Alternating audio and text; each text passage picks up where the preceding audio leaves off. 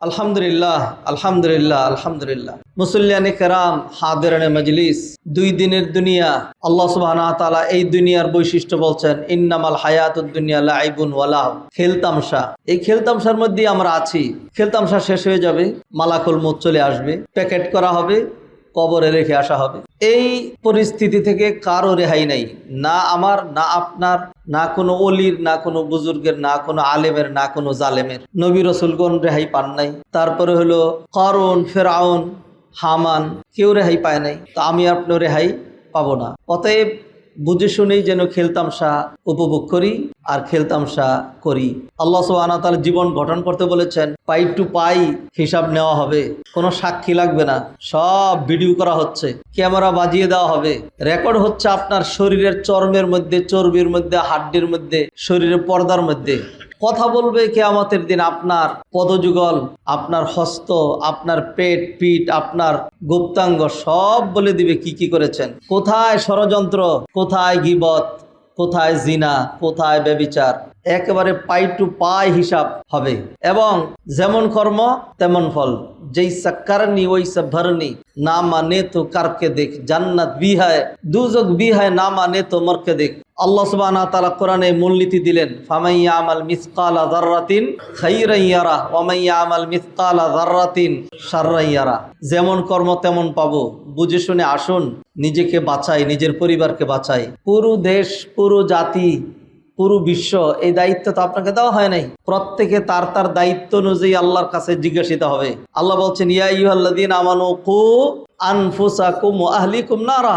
ঈমানদাররা বাঁচাও নিজেকে, নিজের পরিবারকে জাহান্নামের আগুন থেকে। আসুন নেক আমল বাড়িয়ে দেই। ফিতনার জামানা, সর্বত্র ফিতনার ফিতনা।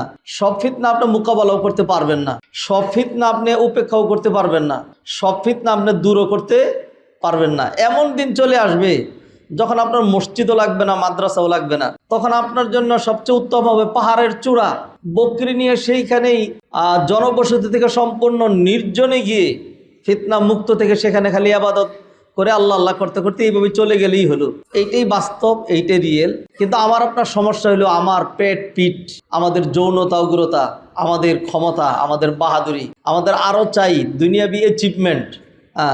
এইগুলো হলো সমস্যা। এগুলো আমাকে আপনাকে ভালো থাকতেও দেয় না। আর হলো এগুলোর কারণে আমরা আল্লাহর দিকে, ইবাদতের দিকে মনোনিবেশ করতে পারি না।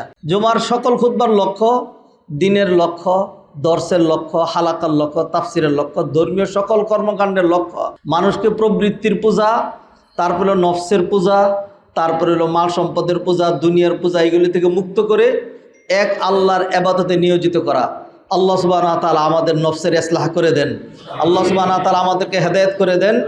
যার যার তার পুরা দুনিয়া নিয়ে চিন্তার দায়িত্ব আপনাকে দেওয়া হয় নাই, আর সেটা আপনি পারবেনও না। আসুন প্রত্যেকেই আল্লাহর সাথে মজবুত সম্পর্ক করি, আল্লাহর সাথে মজবুত সম্পর্ক করি। আসুন আল্লাহর জন্যই কাজ করি। Name and fame no need, কোনো দরকার নাই। নেম ফেম দিয়ে হবেটা কি? কিচ্ছু দরকার নাই। আর যার যার মতো কাজ করেন। কেউ খারাপ করলে তারটা তার কাছে ছেড়ে দেন। কুকুরের কাজ কুকুরে করেছে, কামড় দিয়েছে পায়, তাই বলে কি কুকুরে কামড়ানো মানুষের শোভা পায়? মূলনীতি নিয়ে চলতে হবে, সামনে এগোতে হবে। মূলনীতির 1 নম্বর মূলনীতি হলো ইখলাস। To perform any types of warship and ইবাদত অনলি ফর আল্লাহ, আল্লাহর জন্য কোনো কিছু করা। সেই কাজ করতে গিয়ে সাহাবায়ে কেরাম জীবন দেন নাই, সালফে সালেহিন জীবন দেন নাই, মায়ের তারা খান নাই, নবীজি বিতাড়িত হন নাই। আমি আর আপনি তো তাদেরই অনুসারী।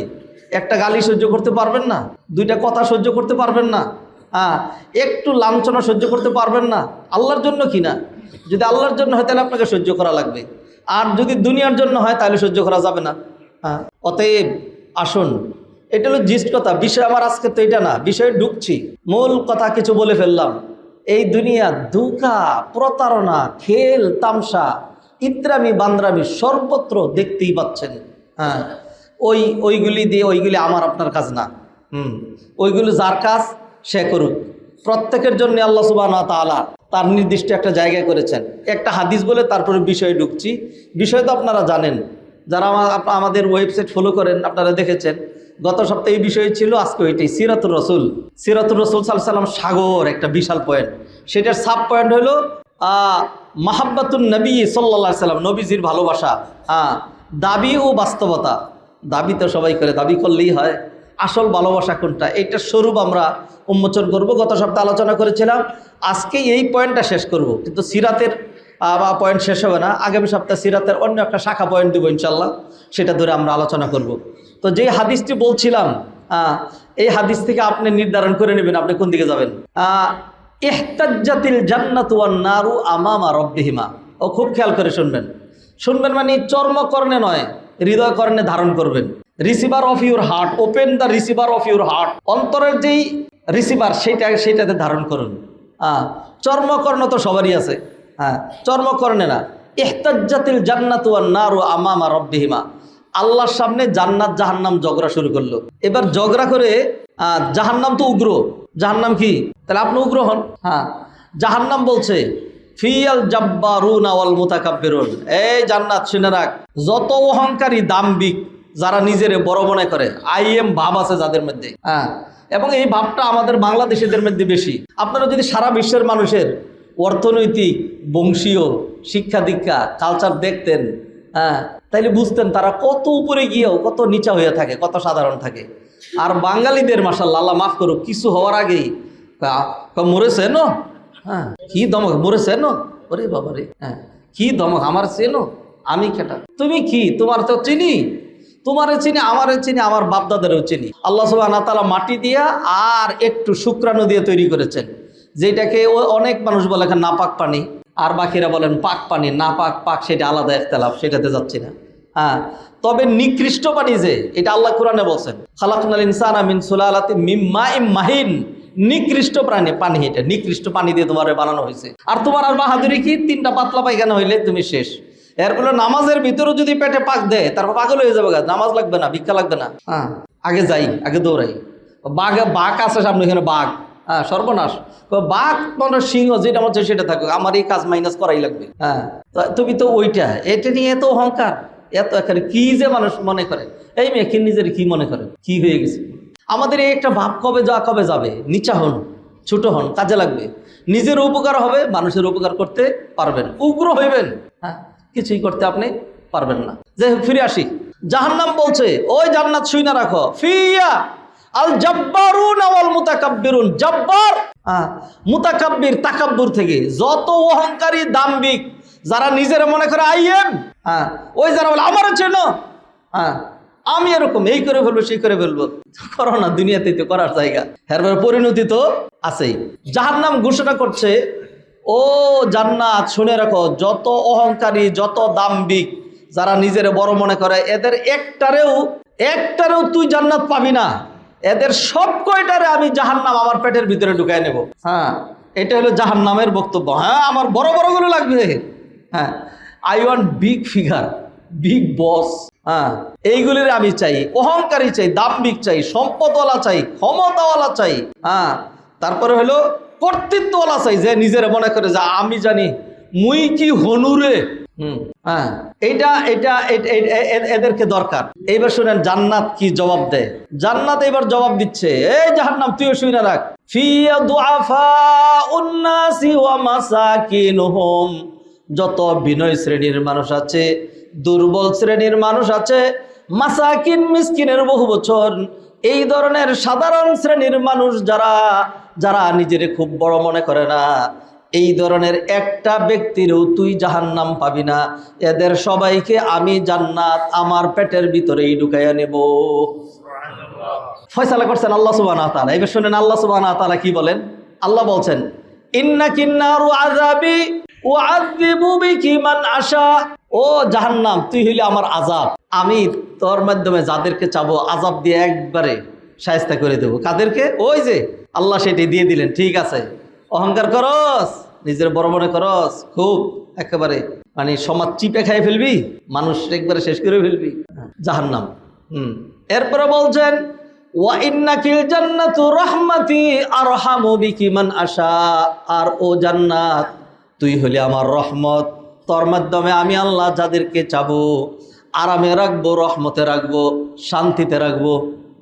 এরপর আল্লাহ বললেন, এই জান্নাত, এই জাহান্নাম, তোরা দুইজন যে ঝগড়া করলি, তুই অহংকারীদেরকে, দাম্ভিকদেরকে, বিগ বসদেরকে, বিগ ফিগারদেরকে তুই নিবি, আর তুই দুর্বল শ্রেণীর বিনয়ী মানুষদেরকে নিবি। হ্যাঁ, আমি তোদের দুইজনকে ওয়াদা দিয়ে রাখলাম।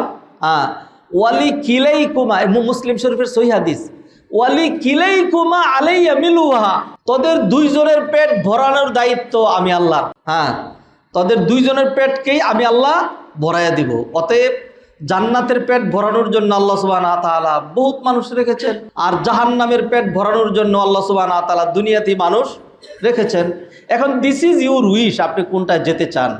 যদি মনে করেন যে আরে বাবা আরে, হ্যাঁ, যদি মনে করেন আরে, যদি এরকম একটা ভাব হয় এরকম, হ্যাঁ, বিশেষ করে আমি মাঝে মধ্যে খেয়াল করি অনেকের যাদের সাইজ আমার মতো আর কি, হ্যাঁ, সাইজ বুঝেন তো, হ্যাঁ, যাদের সাইজ আমার মতো কিন্তু হাঁটার সময় দেখি এরকম করে হাঁটে। কোথায় যাবেন?